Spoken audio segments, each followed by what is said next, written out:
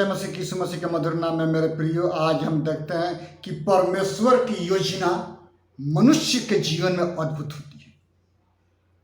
जब मनुष्य पैदा होता है कहाँ कहाँ करता है कि हे परमेश्वर, हमको इस पाप भरी दुनिया में क्यों भेजा। मेरे प्रियो, नित्यानंद साधु जी की एक घटना देखते हैं कि वो उन घटनाओं में क्या बताते हैं। बहुत सारी बातों के बारे में बताते हैं, किसान के बारे में बताते हैं, मित्र के बारे में बताते हैं, वगैरह वगैरह वो बताते हैं।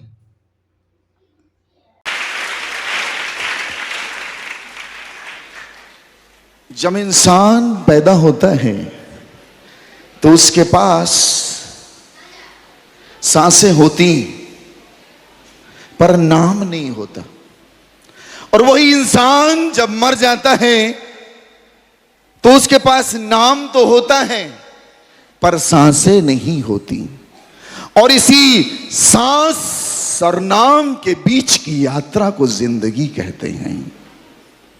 जब दिमाग कमजोर होता है तो परिस्थितियां समस्या बन जाती हैं, और यही दिमाग जब स्थिर होता है तो परिस्थितियां चुनौती बन जाती हैं।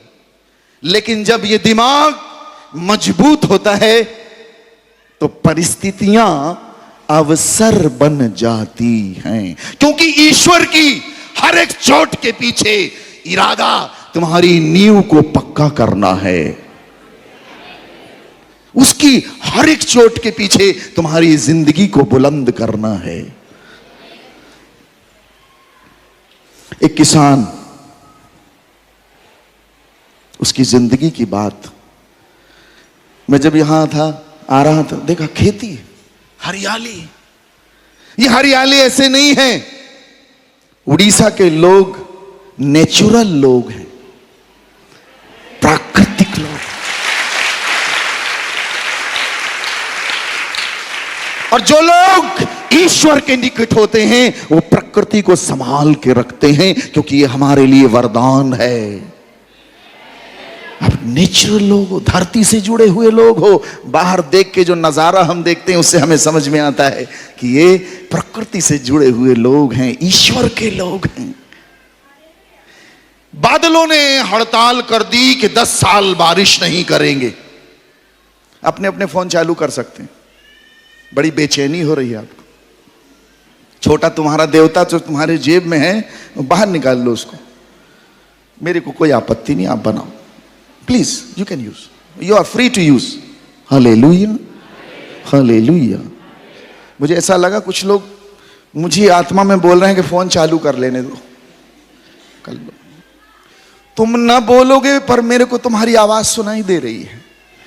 एक किसान की कहानी बड़ी सुंदर। बादलों ने कहा 10 साल नहीं बरसेंगे, हड़ताल कर दी।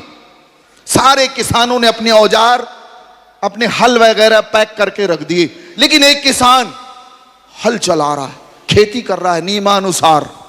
बादलों ने ऊपर से देखा, नीचे आए, बोले क्यों भाई क्या कर रहे हो, हम नहीं बरसेंगे, 10 साल की हड़ताल घोषित हो चुकी है। किसान ने कहा जब बरसोगे तब बरसोगे, मैं तो हल इसीलिए चला रहा हूं कि कहीं इन 10 वर्षों में मैं हल चलाना न भूल जाऊं। ये बात जब बादलों ने सुनी डर गए, आपस में कहने लगे अरे कहीं ऐसा ना हो कि हम भी बरसना न भूल जाए, बरसो।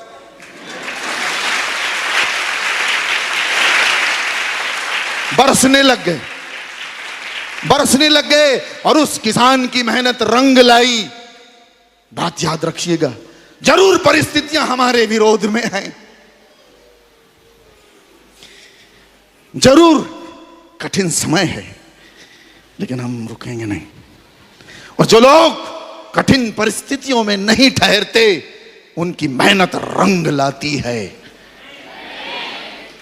याद रखिएगा, हमारा कठिन समय, और यही समय हमारे लिए अवसर है, यही समय हमारी परीक्षा का है, और जब नहीं रुकोगे उसको भी उतरना पड़ेगा। याद रख लीजिएगा।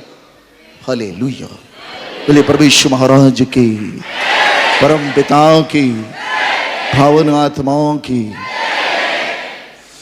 जरूर हम थोड़ी मात्रा में हैं, लेकिन हम बुलंदियों पर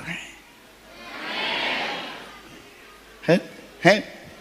न मृत्यु, न जीवन, न स्वर्गदूत, न अपदूत, न वर्तमान, न भविष्य, न स्वर्ग की शक्ति और न पाताल की और न कोई अन्य सृष्टि वस्तु हमें परमेश्वर के उस प्रेम से अलग कर सकेगी जो हमारे प्रभु यीशु मसीह में है। No one can separate us from the love of God, no one.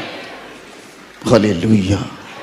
हम बुलाए गए हैं, ऐसे नहीं आ गए, याद रखिएगा। तो मन मिले तो मित्र बनाओ, चित्त मिले तो चेला, और गुण मिले तो गुरु बनाओ, वरना रहो अकेला। एक वचन सुनाएंगे आपको, पर आप बड़े भाव से आए हो तो मैं आपके हृदयों को थोड़ा आसमानी लहरों से तरंगित करना चाहता हूं। जब तुम वीणा के तार कसोए, गायक माना गंधर्व बने। जब तुम वीणा के तार कसो, ये गायक मन गंधर्व बने।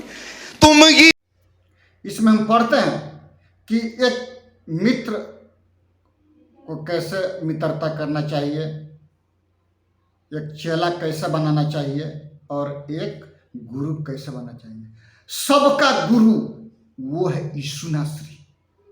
गुरुओं का गुरु, ईश्वरों का ईश्वर और परमेश्वरों का परमेश्वर है। कोई भी मसीह के प्रेम से हमको अलग नहीं कर सकता, चाहे वो कोई सृष्टि क्यों न हो। क्या? कोई सृष्टि क्यों न हो, वो मसीह के प्रेम से अलग नहीं करता। क्या स्वर्गदूत, क्या काल, क्या बीमारी, कोई भी चीज हमको मसीह के प्रेम से अलग नहीं कर सकता। मेरे प्रियो, साधु जी अच्छी तरह से समझाते हैं। आइए प्रार्थना करें। पिता, धन्यवाद करते हैं महान प्रभु जी, इनके वचन को सुन करके पिता, आपके वाणी को सुन करके हर एक की आंखों को खोल दे पिता, कि आपके प्रतिरूप को देख सके। क्योंकि आप सब मानव जाति के लिए मारे गए, गाड़े गए, तीसरे दिन मृतकों में से जी उठा पिता। हम आपको धन्यवाद करते हैं। उनके जीवन में काम कर पिता, उनकी आत्मिक आंखों को खोल दे कि आपके प्रतिरूप को देख सके। यीशु के नाम से आमीन। सबको जय मसीह।